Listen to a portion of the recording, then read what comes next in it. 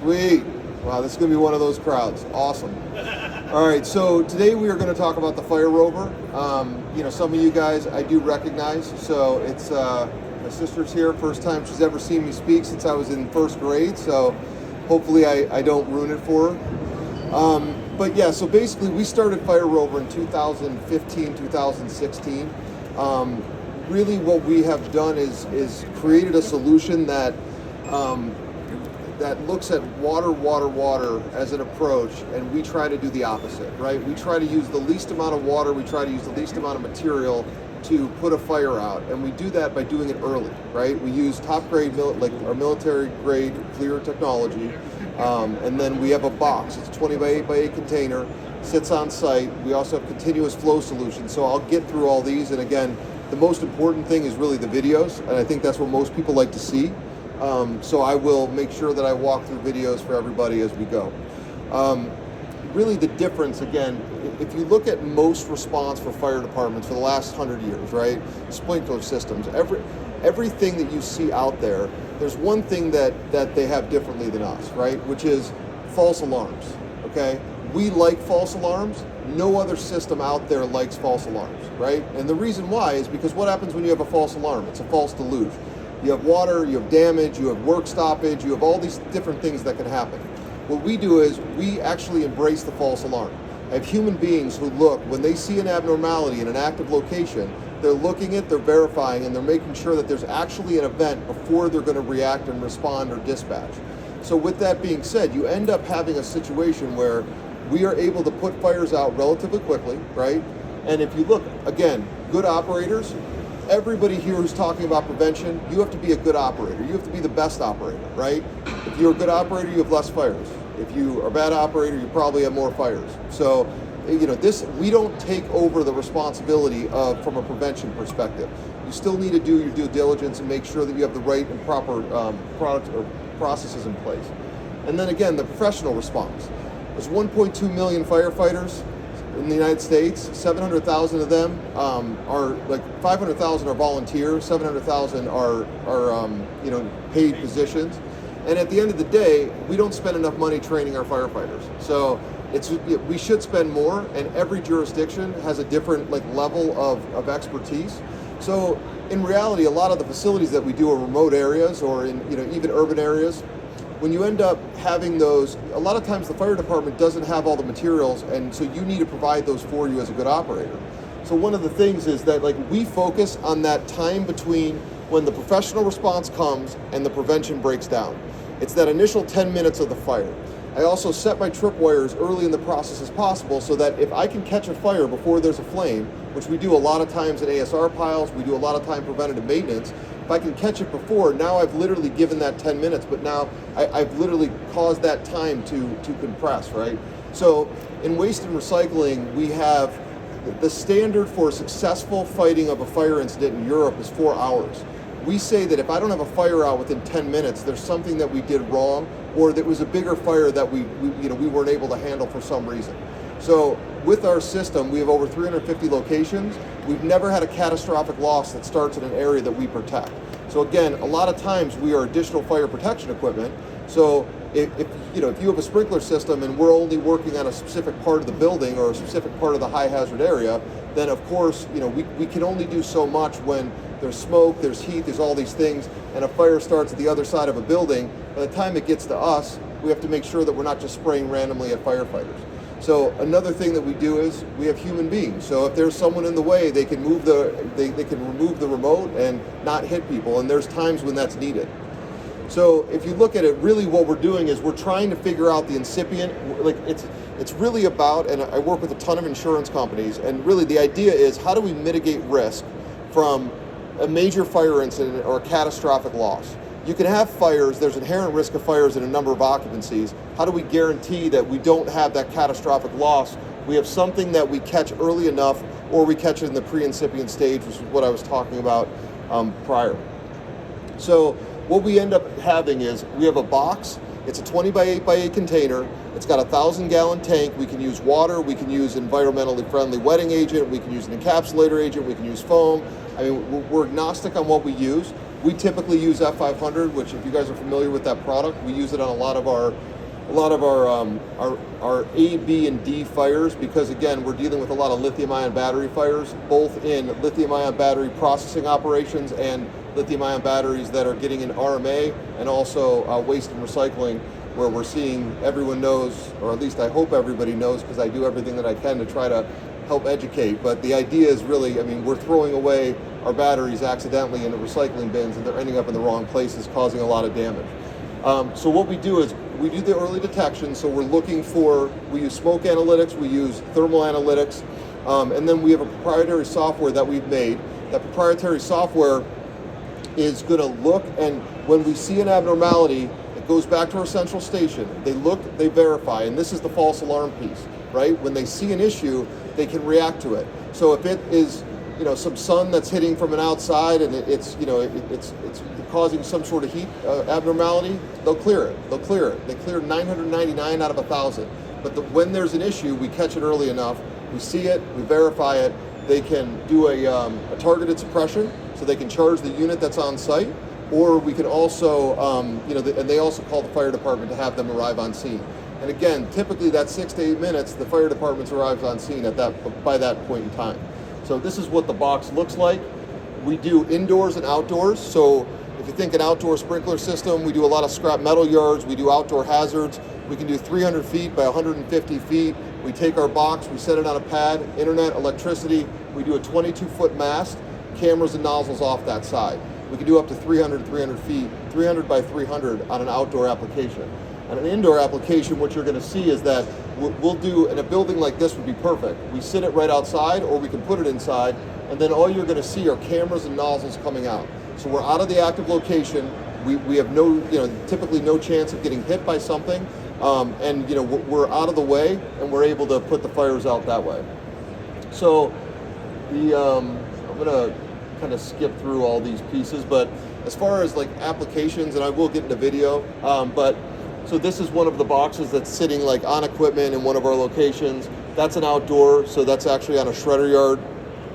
But we do a ton of like fleet indoor fire replacement or fire sprinkler replacements, where we've had variances of FireRover in lieu of sprinkler systems, in lithium-ion battery operations, in waste and recycling operations, and a number of others. We do a ton of sawdust, which is environmental services, so we see a ton of those. And again, you know, we're just getting started. So we have over 350 locations. Our goal, I mean, we have Australia, UK. We're about to put our first into France. So, you know, we're doing our best to bring this out as fast as we can, and really as fast as the insurance companies are pushing us to do it. So really, the major benefits, right? We reduce or eliminate the false activation. So if you think of our system, and again, it's not always the box, and I'll show you a couple of those systems as well, but really, I mean, that is the big piece, right? We don't do false alarms, false delusions. So we're working on, we have a hanger protection solution. We're working on getting those in 409. But the reason why is because we believe that the targeted deluge system works better than what, you know, having your false alarms where you literally like fill up a hanger with foam. We are doing our first refinery with a targeted deluge system that's going in Ohio in the next 3 months. Large spaces and indoor applications. So again, a building like this is literally perfect, right? I do a waste to energy facility, which is really a transfer station. It's got 90 feet of garbage, so a 20-foot pit, 70 feet high, and then we also, you know, we do that with a continuous flow solution. I can shoot 270 feet with my nozzles. I can do a fog spray. I can do a straight stream. So, you know, we have different solutions for different types of occupancies. And then, you know, large-scale tests, and this is, you know, one of the things we work with a lot of fire engineers, and so FM had actually showed that there was a 92% less usage of water. And what I can say is this, is that from our experience, we've had less than 20 times that we've ever needed a fire department to arrive on scene and continue and utilize more water. And again, we do have that. So we have a fire department connect on the back of a lot of our systems so that they can get that extended amount of time. We developed it for lithium-ion battery occupancies because they needed to take a defensive approach to come in, and, you know, the firefighters shouldn't be going in and fighting those fires based on a lot of the incidents that have happened, but specifically the one in Surprise, Arizona. So really the idea is, and then you think through fire water and all the costs of fire water, which if you guys don't know what fire water is, it's literally all the water that's been used to put a fire out.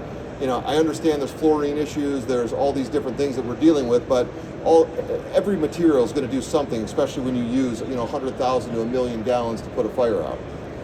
So really the goal is not to do that. And again, these are our types of solutions, right? We do a ton of thermal only, right? Now again, there's issues with the thermal only because you can see it, look at it, but you better make sure that someone's on scene. Most of our customers have CAF systems that are nitrogen powered that are on scene for the fire department to use when they get there, so they can roll out their hoses, they can get everything set up, but they are able to really start using that, or their employees typically will use those as well to help get the fire started in the beginning. We have the FireRover box solution, our sprinkler replacement, which is the box solution that has the FDC Quick Connect, the backup 4G, and a bunch of different things that they require for us to get those variances. And then also the targeted deluge system, which is really it's an unlimited, it's really basically taking a sprinkler system and putting our brains and skin on top of it. And again, when I say brains and skin, really what I'm talking about is, you hire us as the Pinkertons of fire, right? We're here to help you. We don't put it in and walk away. We put it in and we make sure that it's maintained, it's monitored, we have a heartbeat with the system, so we know what's happening at any time. We roll truck if something goes wrong. If a camera breaks, we replace it for the life of the contract. So that's all part of what we do to ensure that this thing is working. We're not a dumb system, and I'm not saying that some are dumb, but we are not a dumb system. So basically, here's an example. This is one of our hazard material customers. This was actually in Las Vegas. And really what you're seeing here is this was a mislabeled chemical. The mislabeled chemical in the old days, what would happen? You're going to have a guy who's going to get on a forklift.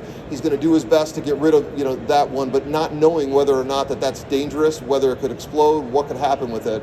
We see the abnormality. We're going to shoot it. And again, I'm going to move through a lot of these just based on time. You can see a better view, but literally this is a human being who is targeting this, right? Now again, not only are they targeting the fire, and you'll see in other times, they're targeting the collateral assets, because that's a big piece. When we're fighting lithium-ion battery fires, we're literally trying to put out thermal runaway. Really difficult to do, right? But we also want to make sure that all the pallets that are around it are covered so that if it does explode, we have the best chance of stopping that fire and not giving it more material to cause an issue. Here we see it. We've talked to the guys on site. You see he's wearing a bunny suit. He moves it. He takes it out. We've successfully got that one pallet out of the line, and we will stop the domino effect from happening. This is one that literally just happened, and if you went over to our booth, this is one of our environmental services company. There's a ton of, there's an accelerant, there's also sawdust, and it's a household, they call it non-hazardous waste facility, but at the end of the day, sometimes they get mislabeled. A lot of times, more than you think, there's mislabeled chemicals. We see it, we put it out. I mean, this was literally, within a minute, we had this fire out. And again, I can see through smoke, I can see through heat, I can see through darkness, right? So whatever's happening, we can see through it because we have enough cameras on site, to successfully fight these. This one is pretty interesting. So this is a waste recovery facility. A couple things we're doing here. One is preventative maintenance. So a lot of times in these metering drums, you'll get something that will cause an obstruction. So what we do is when we see that it's starting to heat, we'll call we'll call our customer and say, hey, could you remove that obstruction? Then you can go back. So it's like, your car, if you knew right when it was out of oil, you'd be all right, right? But the minute that it goes past, you start a fire and, it's irreparable damage. If a fire does start here, what ends up happening is that we have another camera that's strategically placed at the top of the conveyors. It will shut down all the conveyors. So we're leaving the fire in the area that it needs to be in, and then we're going to start dealing with it. What you don't see in here, and again, this is two guys, two of their employees got into a loader, they lifted them up, and they were using fire extinguishers, okay? I hate fire extinguishers. When you're trying to fight, you should be using a fire extinguisher to get out of a building. You shouldn't be using it to stand 4 feet above and trying to shoot a fire out, especially with lithium-ion batteries when you don't know if there's an explosion. So for us, we use CAF systems, we use a foam or an environmentally friendly encapsulator agent, and we're shooting it from 90 feet away or 45 feet away, right? You want to make sure that at least if your employee is going to fight a fire, they're going to do it from far enough away. Right there, you're seeing like 2 fire extinguishers, and there's guys in 14 feet high, not, they're not put into any sort of harness or anything. They're breathing in the fumes, and they're putting in something that's ineffective. They're in there. I can't show that, but I can tell you that my agent wanted to shoot that fire a minute and a half sooner, but had to wait until those guys were safely down on the ground, because again, if you have an AI system, it sprays, it will literally hit the person and knock them over. So a lot of the things, the collateral assets, this is why we need a brain, right? And again, everybody's talking about AI, we want to make everything smarter, but in this case, you need the human. Human needs to make these decisions, because the AI systems, you have to dumb down so much that you end up basically taking away most of the benefit of what we think that they do. This was a construction and demolition site, and you'll see, so this goes in, a lot of times people will say, best practice, I'm going to go in and I'm going to remove the fire. Well, 8 out of 10 times this works, but the other 2 times when you're dealing with a deep-seated fire, what you're supposed to do is pre-wet it, allow, pull away. Pre-wet, allow, pull away, right? Not just go in and try to, and you'll see, it just gets worse and worse. Now, there was no damage in this incident, right? The damage was they lost the material, but they are still up and running, they're still around. This is in Southern California, and one of my customers.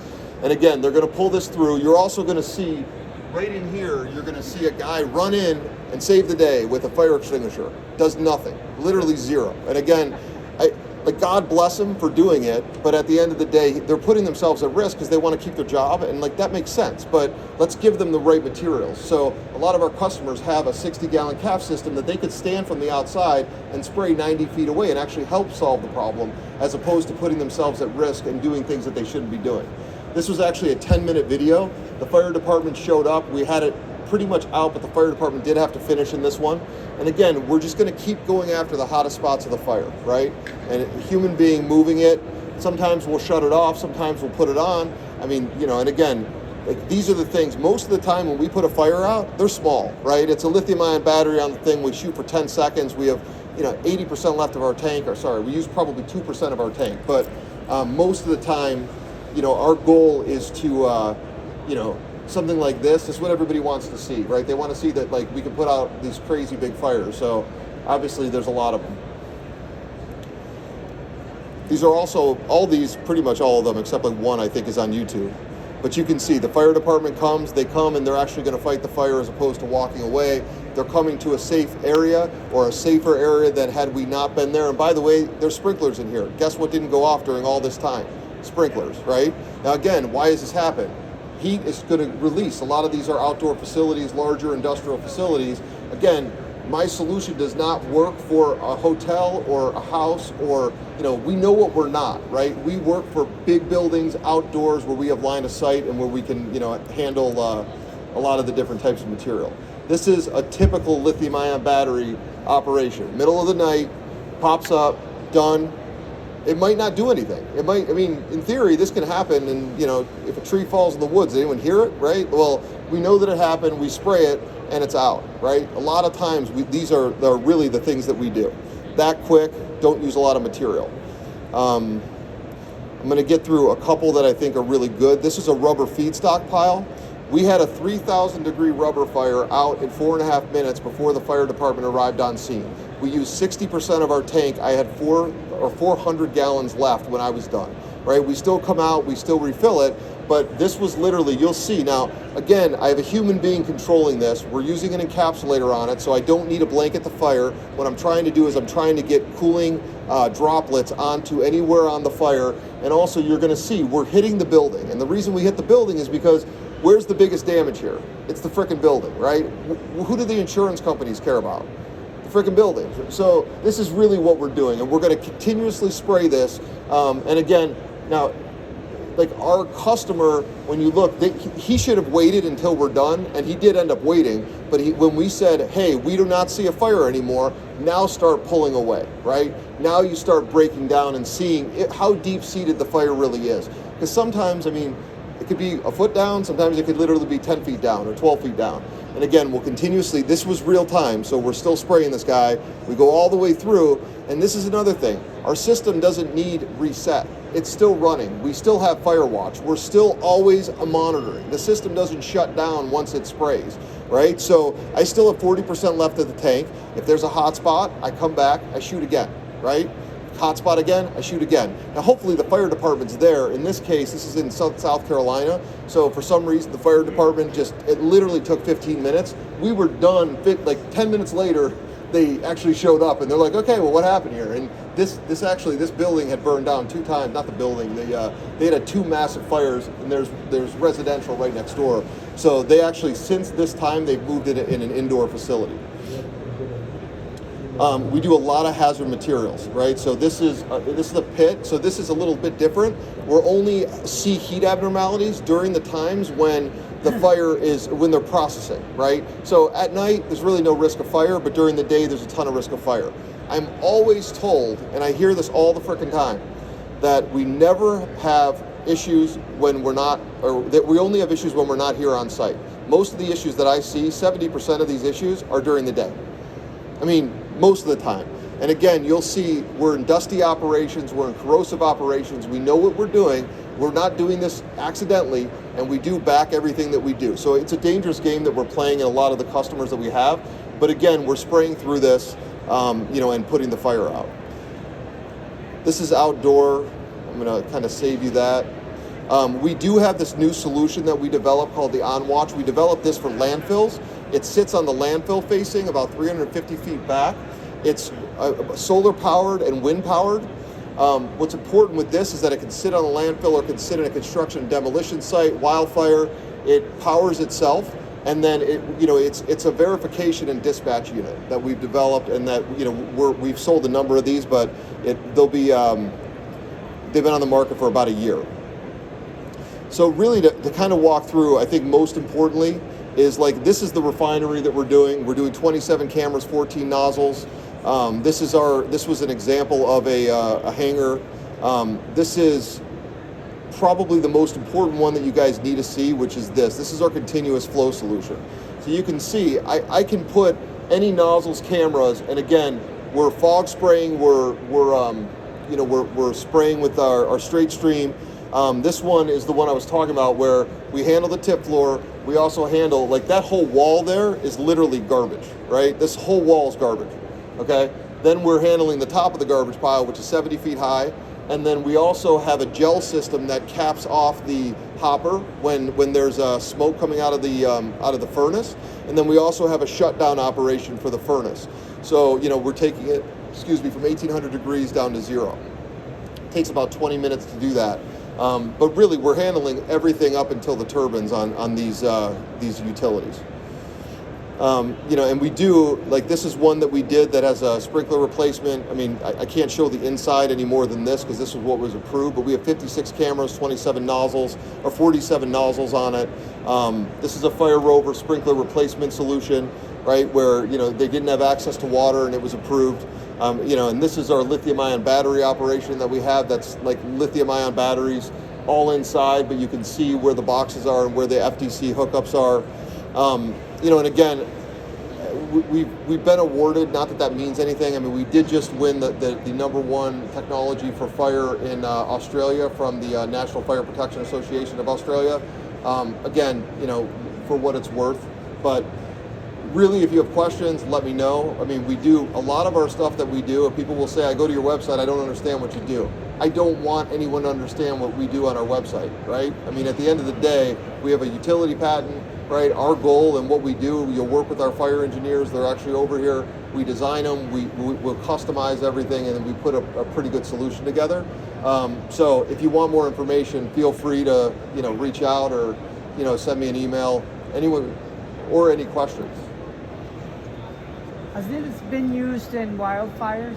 This has not been used in wildfires yet. I mean, we've talked to some wineries about having the application of utilizing our combination of our OnWatch solutions plus the basically taking it off of buildings, right? Which we could put a gel off a building if we needed to as well, or we can spray in a perimeter if we need to. So we can do it. I mean, I think we started in 15. We have over 350. We have 350 out there. We've been blessed in waste and recycling. I mean, they had an issue, had a need, and they've really, we're in 8 of the top 10 waste and recycling companies. And really, we're looking for the other occupancies where it's going to make sense for us to go. And really, I mean, we're being driven into those occupancies based on insurers pretty much and fire marshals. And, you know, this is why, to me, my goal is to make everybody as well educated on this as possible. What is the fail-safe? If you don't have power, do you have to have a generator or? So it does have backup power, but our goal is that we set up the system, right? You have a fail-safe as a 4G backup. We're looking at satellite, but really it's our customer's job to have the backup power, backup anything they want to have. We have one in Houston where literally they've created a flood wall around it. So it just depends on what hazards they're dealing with. And so a lot of times, I could literally add 4 days of power, solar panels. I mean, there's nothing we couldn't do to take it to that next level. But really, I mean, we've never had an issue where it's been down and they didn't have a generator. I mean, not one time. And we have a lot of these. So it's one of those things that, you know, if the customer wants it, you know, they'll put it in place. But yeah, we do have all backups. If anyone wants a card as well, I'm happy to answer questions. We're in booth 1204. So, sorry. So you have somebody watching, like you have videos, somebody's sitting there watching these facilities all the time. No, I mean, so basically it's an exception report, right? I mean, like we're looking at just when we see that there's a potential issue, but I mean, they're looking at 400 cameras in 5 different cities, and you know, they're in 5 different cities. We have more than enough butts in seat. We're UL certified, 5 Diamond certified, and we're looking, verifying, and then clearing if it's not a problem, and then, you know, dealing with it and responding, dispatching if there's an issue that they notice. And there is fail-safes and backup for that as well, right? So even if they clear a real event, it'll re-alarm. I mean, there's a number of fail-safes in these. I mean, I want to say from a due diligence perspective, I mean, I'm not saying that there aren't, but I mean, you know, we've had some of the biggest companies go after like all different pieces of it, and we've done a pretty good job of responding to what they ask for. But yeah, no, I mean, it is a lot of people, but that would be a ton of people if I needed them to watch all the time. They'd be bored, and they would, I have a feeling we would have issues if they were literally watching this every second. And it would be a lot more expensive. And then sizes accommodate like a space like this. I mean, a space like this, if we did it with a continuous flow, I could probably, I mean, if I had to guess, for every, 200 feet, I'd have one on each side, kind of, so, I mean, I could do a space like this probably with 4 nozzles, big frickin' nozzles, and, I mean, we use Elkhart or Akron, and, but, I mean, they could shoot 250 feet if there's enough pressure. So that's the whole thing. It's like, instead of having a sprinkler system every 10 feet, right, I can literally take all that out. So, I mean, we have a lot on the table of the continuous flow that are in and are going to be done. I mean, we're about to do a really large atrium that's going to mimic a fire sprinkler system from the ground up with fog nozzles, right? Like, it's really the technology of and the human, and then everything we put in place, and that really drives the action and the reaction from anyone that we need, whether it's professionals or fire brigades or all the different pieces. So, great questions. I mean, I appreciate it. Anything else you guys got? What kind of angle do these cameras cover? So 90 degrees is what we use on, I mean, and again, like, we're agnostic on what we use, right? We love FLIR cameras. We think they're the best technology, but that doesn't mean if there was someone who came up with something new, we'd work with them, right? I mean, we're always trying to put together the best to make sure that we get the best solutions. Are they proprietary cameras, or can you use? No, there's a lot of people who use them, but the issue is that when it's very easy to grab a camera and plug it in. They're not plug and play. And at the end of the day, it's the full solution, the warranty, all the different pieces. I mean, we buy so many of these cameras, and we're like Southwest, right? I mean, we're going to make sure that we have these cameras. We're experts on the cameras. FLIR gives us leads and referrals constantly for working the cameras, because again, they're dealing with cameras for so many different applications, for human, for COVID issues, for temperature, they're not focused on these just for fire all the time, 24/7, right? So, we've become experts, and a lot of times they have contractors or consulting companies that become experts around specific technology. So it's no different than an ERP. We are the experts on these cameras. Anything else? Cool. Well, thanks, guys. I appreciate it. Anyone want a card? You're more than